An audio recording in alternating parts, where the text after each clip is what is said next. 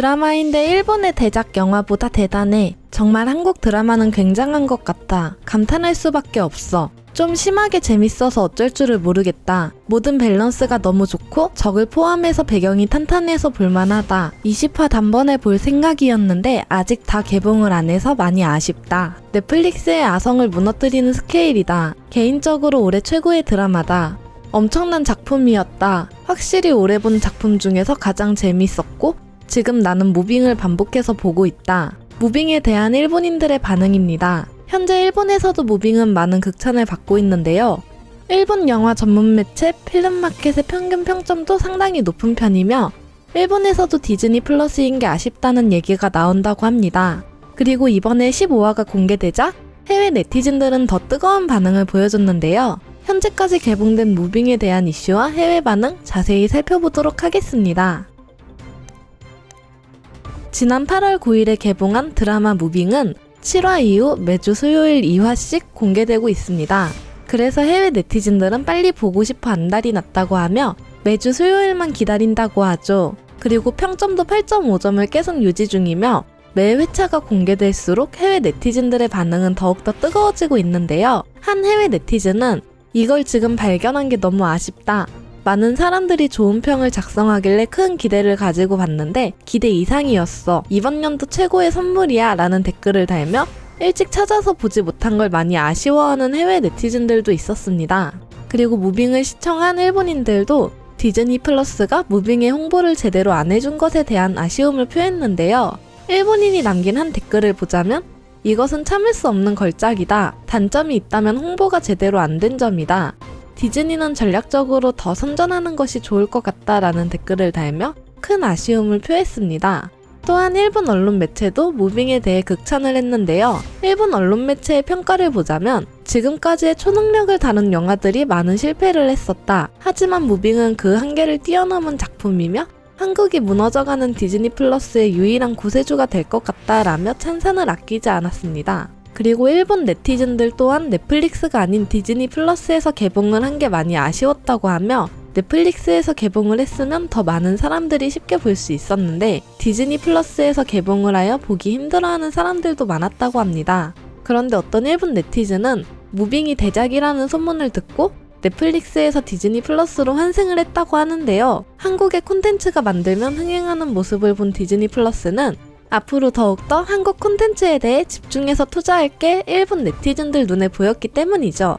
이를 증명하듯 디즈니 플러스 이전에 카지노로도 좋은 성적을 거두어 가입자 수를 많이 늘렸었고 이번 무빙으로 더 큰 성공을 거두었기 때문에 디즈니 플러스가 한국 콘텐츠에 큰 힘을 실을 것은 어찌 보면 당연한 것이죠. 또한 디즈니 플러스를 해지한 일본인들이 무빙을 보기 위해 다시 가입하는 일본인들도 많다고 하며 매주 수요일에 새로운 편이 공개되기 때문에 그날만 기다리는 일본인들도 많다고 합니다. 그리고 현재 무빙으로 인해 디즈니 플러스에서 난리가 난 또 다른 이슈가 있는데요. 그건 바로 요금 인상입니다. 그래서 저는 이번에 디즈니 플러스가 일을 참 못한다고 느꼈습니다. 디즈니 플러스는 이번에 무빙을 통해 이용자 수가 48% 증가했고 앱의 주간 사용 시간도 역대 최대가 되어 무빙 공개 전과 비교했을 때 주간 사용 시간이 130% 상승하는 엄청난 성공을 거두었는데요. 이 성공의 맛을 본 디즈니 플러스는 요금을 기존 9,900원에서 13,900원으로 무려 4,000원 인상시킨다고 합니다. 월트 디즈니 컴퍼니 코리아는 지난 6일 공식 홈페이지를 통해 2023년 11월 1일 이후 신규 가입자에 대해서는 새로운 구독 정책이 적용된다고 밝혔는데요. 또한 디즈니 플러스는 기존 9,900원 멤버십을 영상 화질을 낮추고 스트리밍 가능 기기수를 줄인 하위 등급 멤버십으로 새로 추가한다고 하죠. 이를 본 많은 네티즌들은 요금 인상에 대해 부정적인 반응을 보이고 있습니다. 디즈니 플러스는 한국 드라마 무빙으로 겨우 성공의 길을 가고 있는데 이럴 때 요금 인상을 할 게 아닌 더욱더 한국 콘텐츠에 투자하여 양질의 콘텐츠를 생산하는 게 맞지 않을까 하는 게 저의 생각입니다. 하지만 디즈니 플러스가 자신있게 요금을 인상한 데에는 또 다른 이유가 있었는데요. 디즈니 플러스는 이번 무빙을 이어갈 또 다른 대작 비질란테를 올해 11월에 발표한다고 합니다. 디즈니 플러스가 무빙으로 큰 성공을 거두었기 때문에 이번에도 한국 콘텐츠로 승부를 보려 하는 것이며 요금 인상에 대해 자신만만했던 이유도 여기에 있던 것이죠. 그리고 요금 인상에 대해 디즈니 플러스는 이번 멤버십 정책 변경을 통해 더 폭넓은 글로벌 브랜드 콘텐츠와 독점 오리지널 콘텐츠, 고품질의 로컬 스토리텔링 컬렉션을 지속적으로 선보이고 구독자들에게 더 나은 가치와 선택폭을 제공할 계획이라고 밝혔습니다. 디즈니 플러스가 요금을 인상한 만큼 뛰어난 작품성을 가진 한국 오리지널 작품들을 계속 출시해준다면